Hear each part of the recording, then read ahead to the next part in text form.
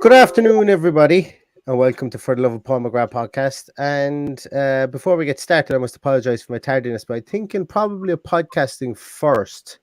The reason we're late is because I locked myself. Well, I didn't lock myself out of my own house. I think I've broken the lock on the front door of my house. Put it that way. So, yeah, that's going to be another thing I have to tackle later on. But before we do that, we're going to tackle a preview show for Southampton versus Aston Villa. A game I'm really looking forward to, Paddy. Friday Night Lights, we've been speaking about this. I was actually toying when the fixture list came out. I was toying with the idea of maybe going to this game. But I think it's going to be an absolute rip-roar. I think Villa are going to put on a good performance tomorrow. I've nothing to base that on other than the fact that I've missed Aston Villa over the last week. I haven't missed a heavy heart after a shit performance, but I've missed football last weekend. Normally at this stage of the season, when you don't have football, you have some kind of international or European games to tickle your fancy, but there's been nothing really. It's just been a bit of a quiet week. Not much to talk about in the presser today. Bigging up the team and bigging up the players, we've a lot of worries. Have we got a goalkeeper? We will. We've a goalkeeper, all right. There's just dodgy chowder. It'll be fine tomorrow. Be grand. Well, Jared maintains he's going to play. So I think of all the places you could play and have a cheeky wee, and is probably in goals if you needed to. As long as it's only a wee. Look, adult nappies are there. As long as he doesn't have to do a Gary Lineker, nobody wants to see that. Nobody. There's a lot more cameras around these days. Look, I think fully grown men can hold it for 45 minutes anyway, or 47 minutes, or whatever. Yeah. Just don't get injured, and we'll be okay. Our goalkeeper. If anyone's going to get away with it, it's him because he has the darker shorts. So Exactly. Adult diapers all around. Exactly. Bit of a modium, says David Styles. And Noel Connaughton in our chat group said something else that I can't quite put out there. All right, about what his words would be before going out in the field, but I'm not going to put out there. But guys, we do look. I suppose first of all, let's start off with the press conference this morning.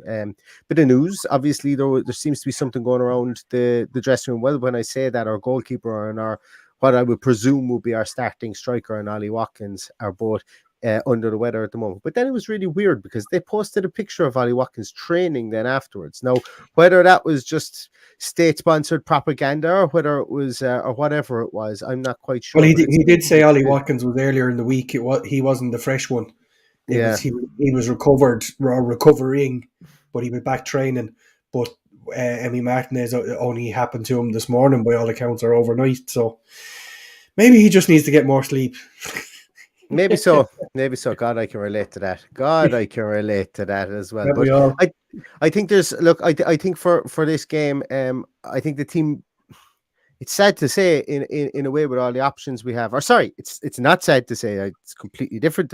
Went to say the complete opposite to that. It's great to say with all the options we have, should I say, that I'm kind of on, and I said this in the Villa View yesterday. I'm kind of on the boat whereby I think I keep the team the same way it is, but at the same time, there's about 25% of me is saying, if we get Coutinho that played against Southampton last year, I think it'll make me feel like a child in a sweet shop again, because we need a performance out of Coutinho, and potentially, it always could be his next game. And I know that when is going to be his next good game, but I think he's going to have one at some time. But I think we'll be looking forward to the team sheet tantrum tomorrow. Is kind of what I'm getting at. I don't know whether I'm looking forward to it or not. I think it'll be a tantrum. I think no matter what he does, people are going to complain. If he sets himself up the same way, there's going to be people complaining. If he leaves out Buendia, there's going to be people complaining. If he leaves out Coutinho, there's going to be people complaining. So look, as you say, this Friday Night Lights is a big deal. It pisses me off because I can't go to them because I've got to work, and holidays are at a premium, so we have to mind them. Also, the Sunday games are a pain in the arse, and I can't go to them because getting home at 2:00 in the morning from Villa Park is not ideal. And so we're craving a Saturday kickoff that I can go and enjoy a few drinks and stay over and come back at my leisure on the Sunday. So Friday night's not good for us. Plus, I'm probably going to miss the team sheet tantrum with work commitments. So, yeah, what can you do? What can you do is right. What can you we give you a night off. It's all right. It's all right, Paddy. As John Steele said, there was a John That's that very was good of you. said. Was it somebody was saying there that we were just yeah, it was John said, don't worry, there'll be a long shortening. Neil is just going through the finer points of Paddy's contract extension. Exactly, yeah. He only signed one a couple of weeks ago, and now he's looking for another contract extension. Well, John, I There's a think touch of the somebody else. Carney Chukwuemeka's around this.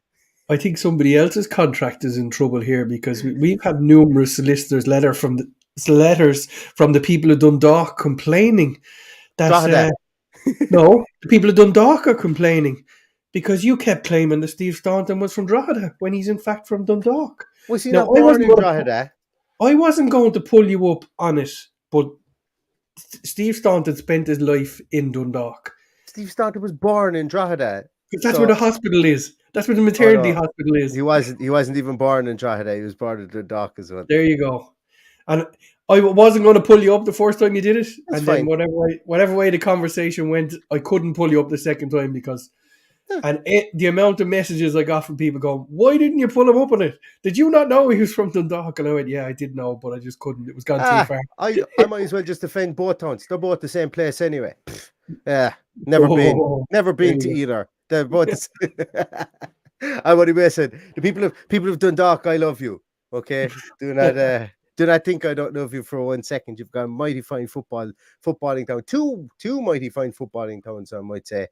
For Ireland's smallest county, and to have two real top level football teams come out of there is some like I'm from Limerick.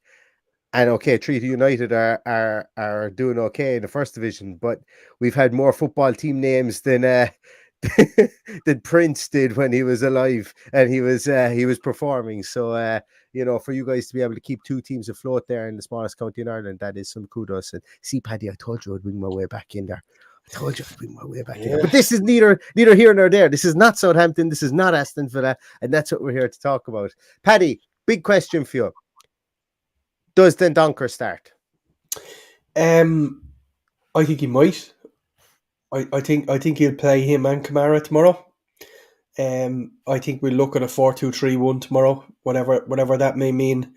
If it's Watkins, if it's Ings, and then the three guys in behind them, I think tomorrow is the perfect time for it.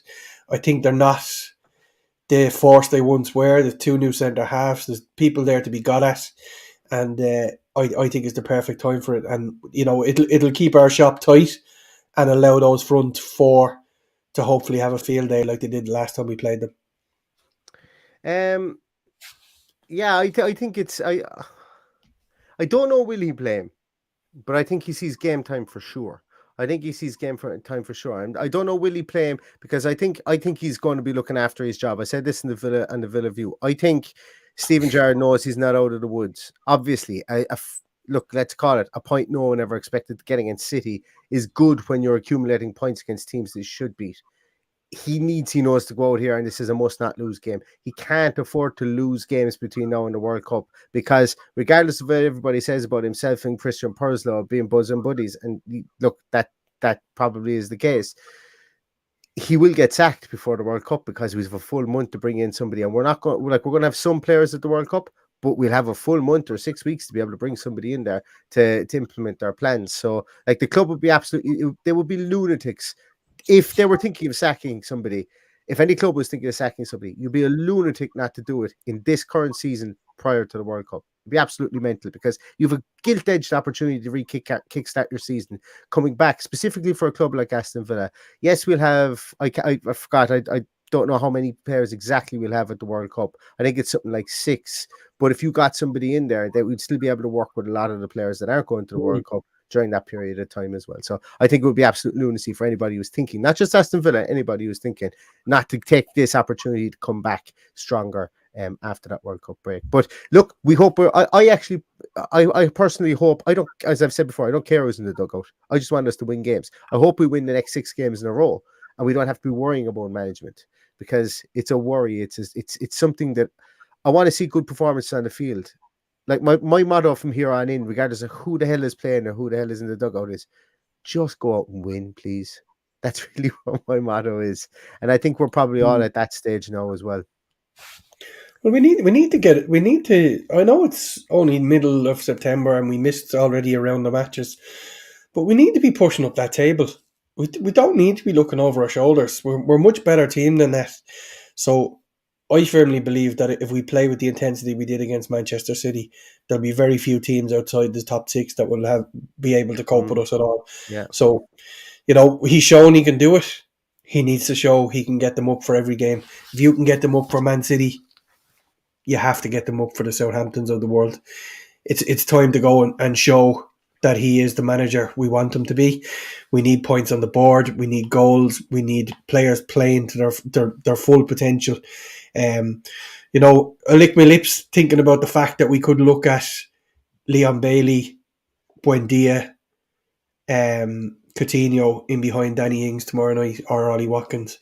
I think that would be amazing. I think that's a front four that will cause absolute carnage in that new enough defence that Southampton have. And that's worth mentioning as well. Yes, while it isn't a new enough, the guy that they brought in has just been called up to the German squad. 10 million signing from Bochum, I think it was.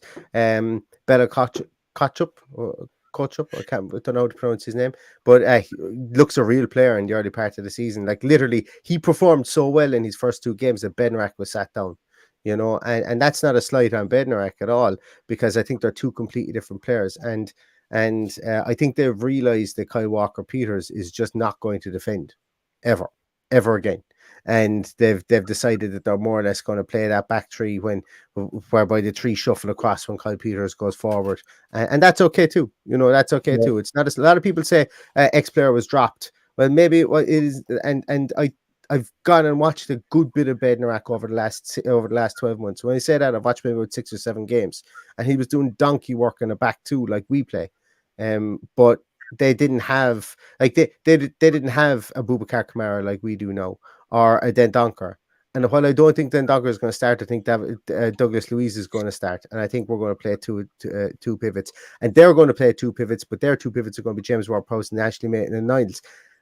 And that's a problem for them in itself. While two very good footballers and two very good progressors of the ball, I think it's a problem because I think it's a problem because I think Leon Bailey can get in around him. I think Jacob Ramsey can get around him. But I also think that could be an opportunity where he does go and play a Coutinho to get in around those guys like he did last season, albeit that Maitland Niles wasn't there and it was Oriol Romeo in his place. So they're not very defensive. Ward-Prowse and Maitland Niles, they do play in that in that. Maybe it might be Maitland Niles, it could be someone else, but they do play those two players in front of the back four. And neither of those two, like, I wouldn't be putting my money on either of the two of those turning into Nicky Butt or David Batty overnight. Like, no, absolutely not. I think there's a great scope here for us to put some scores on the board, really get at them, and hopefully, like, it is a little bit worrying when you hear there's a few players coming down with an illness, because it can spread quite quickly depending on what it is. We obviously didn't get too much information on it, but to hear that there's 3 players with illness is a little bit of a worry. Well, there's only 2. Robin Olsen has a knee issue. Oh, is it? Okay. Yeah, so it's only 2 players at the chowder. Do we still have Sinisalo on the books? We don't. He's gone to Burton. So Philip Marshall is next man up. Jed Steer. What did Jed Steer do again? Oh, he's Achilles, didn't he? He did a bit, when he was playing for Luton. He did a bad one last year. Yeah. Well, it's Philip Marshall. I just hope he doesn't have to start. Big cuts. Bring back big cuts. Well, there is only 24 players named, so why not put him in there?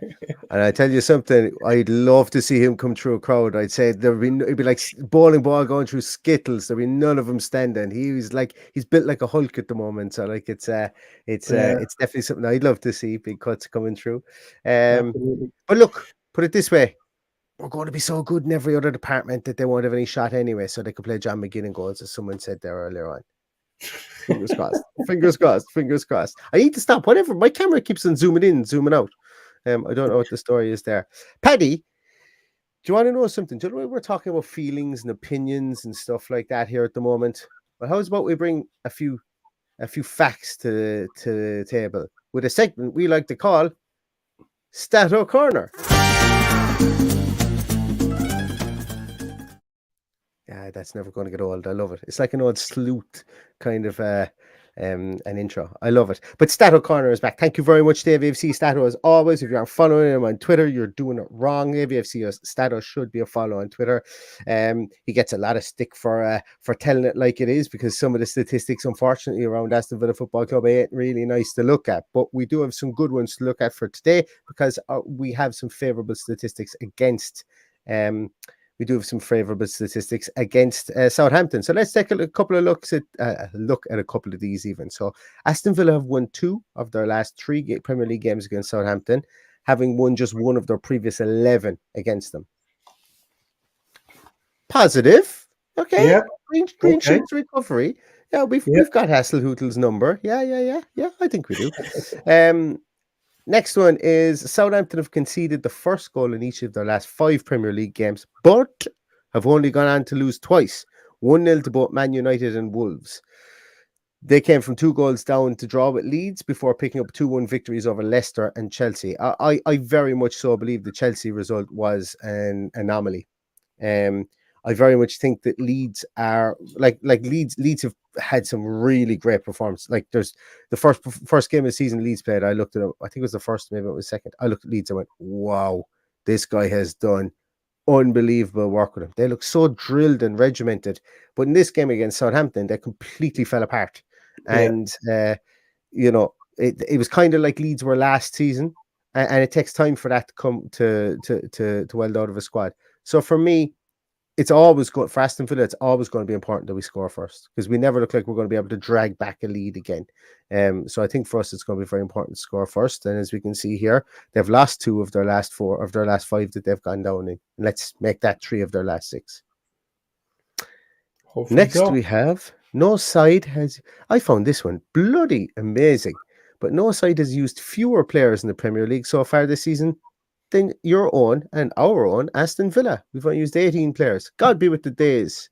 God be with the days when 18 was like so many players. And there's a film coming out about that soon. Despite this, the Villains have made more changes to their starting 11 than any other side so far this season. So we've made 14 changes to their starting 11. So there you go. We have consistency with the group we're using. We just don't have consistency with the group we're starting.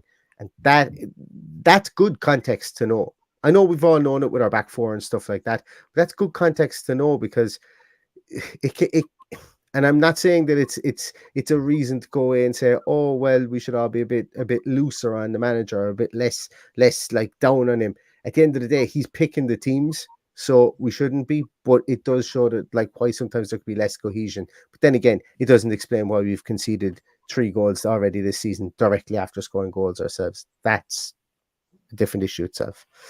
Mm-hmm. Next statistic. Aston Villa striker Danny Ings has scored 4 goals in the last 3 Premier League meetings between the Villains and Southampton at Villa Park, which is one of those coming for his current club. Well, he has only played against them once, I think. I don't think he played in the other game. I could be wrong.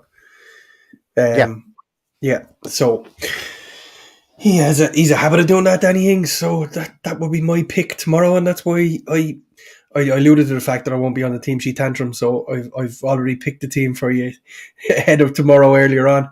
So yeah, it's Danny Ings up front for me, and do the business against his old club. Well, we'll see. We'll see how that goes. Do I have another one for you guys? I do. I have a bonus one. Despite playing less than half the minutes available so far this Premier League season, 253 minutes, Danny Ings had more shots, 8, and more touches in the opposition box, 20, than any other Aston Villa player. So there you go. That's Team Paddy for you. See, I've been very kind to Team Paddy this week with the old Danny Ings propaganda. You know, I've been very kind. And look, I think he could. I think he could play Ings up front. Like unless Watkins is bang on right, I think he could play Danny Ings up front, because once again, he knows that he's still under the shadow of the sack. You know, Yep. Well, like the break and the 1-1 draw. I don't think that covers up as much as some people might think. But anyway, that's beside the point. And that's wonderful. Thank you so much, Dave Stato, and thank you so much for the segment that we like to call Stato Corner. No. Oh, we're back. Damn. I took off our screen altogether. There we go. Paddy, you said that you were going to call. Why is my camera zooming in and out? It's really annoying me. Paddy, you said that you were going to call your team. Let's call it. Call it to me now. So, as I say, since you won't be here tomorrow, because I'd like to digest it and digest it before tomorrow. Yeah, well, I've given you the front six anyway. Danny Ings up top. I wasn't listening. I heard the Danny Ings part, and then I was too busy. I was too busy trying to click to see was there another slide on the AVFC Stato piece. So go again. At least we'll go back to the start then. So Martinez in goal. Fingers crossed. That's a big thing, I think. I'd hate to see a fella making his debut tomorrow. I think that would be a little bit scary and have us sitting a bit deeper. It will be Ashley Young right back, Luca Dean left back, and Mings and Konza. I think he'll play, yeah. I think he'll play Dendonker and Kamara. And then in front of him, Bailey, Coutinho, and Buendia behind Watkins. He'd probably play behind Watkins, but I want it to be Ings. Yeah. I think that'll be ballsy tomorrow. I think it needs to be ballsy. I think we need to go and knock their socks off tomorrow. I think people need to be standing throughout the game tomorrow, singing all the songs, getting into it and enjoying it. And that's the only way to do it, is to play on the front foot, is to have plenty in reserve if they come at us on the break. But I think that front four is enough there to do damage. Actually, I take back that I think it's ballsy, because I forgot you said the Donker and Kamara are going to be in there. By the way, it's nailed on for Boubacar Kamara to have the game of his life tomorrow. I just got my wonderful shirt from Kitbag, where you can find a link in the podcast notes down here. If you wish to get 20% off your Aston Villa gear, go to Kitbag. Any shirts and all that kind of crack, you can go there and you can help out the podcast. So there you go. I'm getting professional at this kind of crack. But I just got it in there, and I've got Kamara 44 on the back of it. And I mulled over it, and I went, oh, well, I got Kamara 44 because he's most likely going to get Kamara 6 next season, like when Dougie Luiz goes. So, but I said I'd get the 44 and let everybody know that I was in there on the ground floor with Boubacar Kamara. But you did say that the two of them were going to be in there. I think that makes a big difference. I think for me, that's a pivotal part. If we are playing the front four that are going to be attacking minded, like you mentioned there, Bailey, Coutinho, Buendia, like I don't think we've seen it so far. I don't think we've ever seen it on the same team together. Either. It would be definitely nice. Not starting. Definitely not starting, but it might be nice to see that, considering we're not going to have, as people have said here, where is it? We're not going to have Ashley Young bombing forward to the level that Matty Cash has, because Matty Cash will be out injured, and that would still at least give us 3/4 that would be able to stay home, mind the house. I think so. It might be an option. I think maybe that's what he's looking to do when he knows he doesn't have those bodies there just yet. To like the likes of the Donker and Kamara might allow him to go full court press, I think is what they call it, with those four guys up top, and then give the other team something to worry about and having to keep people at home when you've got that pace and trickery around you up there. So look, I'm not going to be against it. I think every Villa fan wants to see that in Friday Night Lights, but I personally think that Jacob Ramsey will be nailed on to start tomorrow, and regardless. I think Buendia won't start tomorrow regardless of what he does.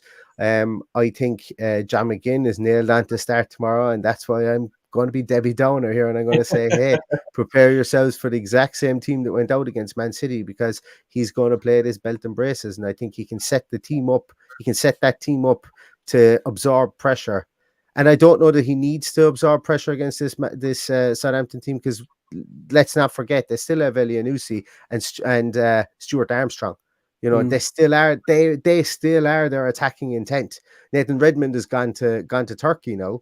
Adam Armstrong is there, who always scores against us. Che Adams is in a great run of form. Yes, of course, they are still there, but they will be relying on the likes of Elianusi and Stuart Armstrong still to get things going there. And they've always come up trumps. Well, more often than not, come up trumps against Aston Villa. The likes of Gineppo as well as another guy in there, a speedster. So it's going to be interesting. I think the two styles here make for a good fight, but what they also make for is one team steamrolling the other team to a good effect, because we've seen it before. Southampton have gone into 4-0 leads against us, and we came back to 4-3 previously when we first came up. Southampton and went. I think we beat them 4-0 last season. So sometimes the styles get mismatched and it ends up one team trouncing the other.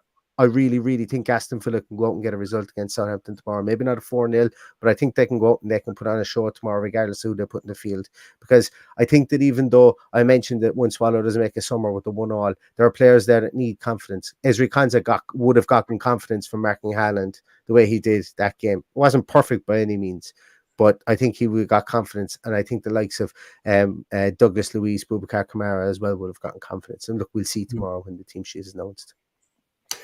Absolutely. John Steele says 93 watching, 11 likes.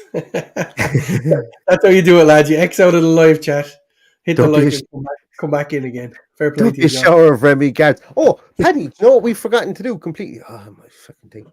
We've forgotten to give away our Tony Daly book. No, you've forgotten. I've forgotten to give away our Tony Daly book. You fill there, son. You tell everybody about your favourite Southampton Aston Villa game you've ever been at, because I'm sure you've been at tons of them. While I randomly pick somebody from the comments in the Tony Daly interview here, to win a book. My favourite game versus Southampton was at the Dell. I'm going to say 1996-97. Andy Townsend scored the 5,000th Premier League goal. Oh, yeah. And I have his jersey upstairs from that game. So, yeah. So that was a great trip. Good day out on the south coast. We got absolutely hammered in the streets by Southampton fans. So I had to duck into a pub where they locked us in, which was an awful shame. And we sat there. You scrapping? Yeah, I wasn't scrapping. I was in the pub looking out the window at it. Yeah. I'm a lover, not a fighter, Neil. Paddy, no, because my pick a number between 1 and 1, 2, 3, 4. Pick a number between 1 and 58. 3. Oh Jesus! I have to go back up to the top. I strategically went into the middle. So 1, 2, 3. A man by the name of Noel Kelleher. Well done. You've won one of the Tony Daly books. Excellent. Now, Paddy, I need to go to Twitter and I need to look up this Tony Daly. You go to Twitter. Okay, let's have a look and once see. Again, keep on talking about the scrap there, Paddy. Okay, so Cloudy with a chance of UFOs says he wouldn't start McGinn. Needs a few games out of the team. And look, that's one of the reasons why I didn't pick him in the original one. Alex Roberts. I better read it before I put it up. He watched the game Southampton versus Chelsea. Their young centre-back, Ketchup, however you pronounce it, and centre midfield, Lavia, were immense. Good to know. Yeah, Lavia is really good. It looks like Lavia is actually going to be out. Looks like he's going to be out as well. Yeah, he hasn't scored. This is another one that caught my eye. Can JJ play that left LF? I presume you're talking about the left forward role that I said Buendia and Coutinho start. Yes, I do believe he can. I also believe John McGinn can do it. He does it for Scotland and does it very well.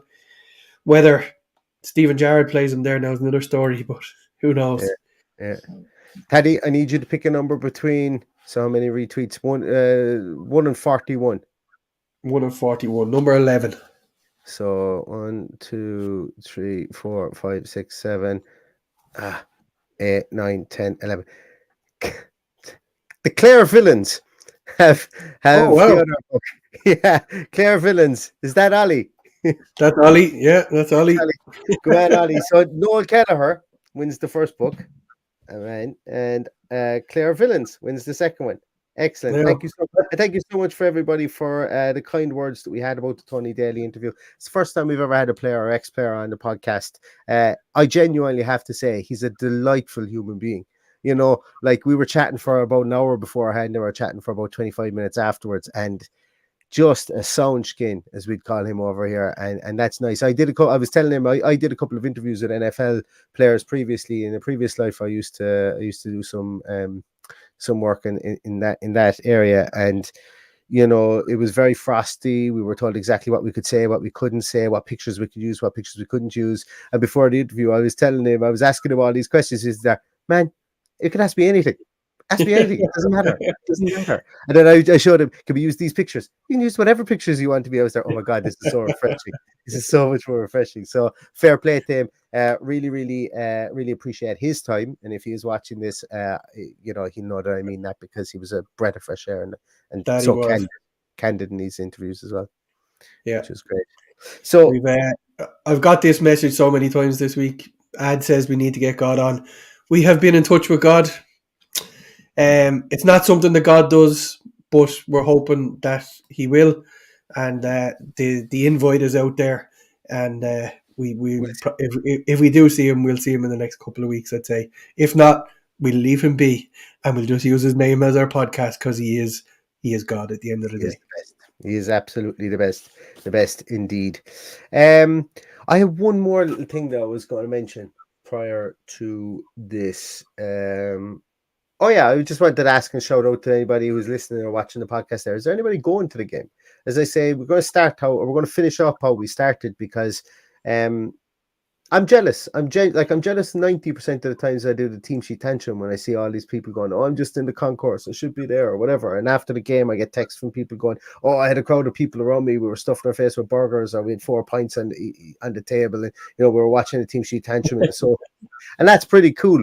But and please don't stop sending them, because it actually makes me feel connected to the game. But I get serious FOMO, and I'm going to get it tomorrow. I don't know why, but tomorrow I'm really missing it tomorrow night, because it's in lights. And Simon Bunn is going to be there. Love it, Simon. Simon, keep us updated. And if you can tune into the team sheet tantrum tomorrow, let us know what the atmosphere is like, because I always want. I've never been. Sorry, I tell a lie. I've been at a midweek under lights game when Aston Villa played Bolton in the League Cup, I think in about 2010 or 11, and Chris Eagles went to town. It was under McLeish, went to town on Aston Villa, and I think we lost 3-1. So I want to hear of good nights under lights at Villa Park. So absolutely. So let us know. Let us know if you are. I have an invite to the pub tomorrow night. John, if I get back from work in time and I can get out there, I will do my utmost to get out there, and we'll share a pint and a few stories, and we'll see how it goes. And I know Sinnott's pretty well. I used to live around the corner from Sinnott's before I moved up here, so fine establishment. They'll treat you well inside there. Great place to watch a Munster rugby match as well. Right, so guys, we're going to leave it there. We're going to do it. It's 10:15. Congratulations once again, and get in contact with us again, Noel Kelleher. Please get in contact with us. Hit me up on Twitter. Twitter's probably the best place to find me, because sometimes I don't remember to check Instagram or Facebook. So Twitter, in case anybody ever wants to find me, is probably the best. You don't remember? I think it's because you just don't like either of them.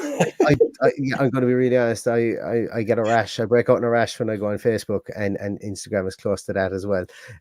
So Claire Villains, I'm sure, Paddy, you let Ali know. I will. Exactly. But thanks so much, everybody. Ooh, as my camera zooms in and out. Thanks so much, everybody, for entering. And thanks so much, as I say, for the kind words about the Tony Daly interview. We'll be back again tomorrow at 6:50 for the team sheet tantrum.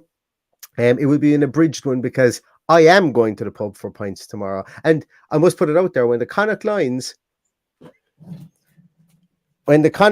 meet, Villa are yet to lose. So I've just jinxed it, but still, it is true. When the Connacht Lions meet Villa are yet to lose. We've 1 draw and 1 win so far. So hopefully we can keep that up tomorrow. And regardless, we will probably get a post-match podcast from outside St. Nicholas's Church again, because that was a fine, comfy seat outside that church as well. So, and if it isn't raining tomorrow, we'll definitely get it from there. But thanks everybody so much for watching and for listening. If you like the podcast, really appreciate it. If you aren't following us in the audio and our audio platforms as well, even if you just want to just click in there, subscribe, you don't even need to listen to us there. It's still all part of the algorithm. And if you are subscribed and you do like us and you want to leave us a 5-star review and leave us a little written review there on the audio side of things, that all helps out the podcast as well, and it costs you nothing to do it. So that'd be cool if you could do that. I am going to plug the kit bag link in the notes for this podcast as well. If you are thinking of getting anybody someone special, something for Christmas, there is 20% off. I think there might even be 25% off on some things at the moment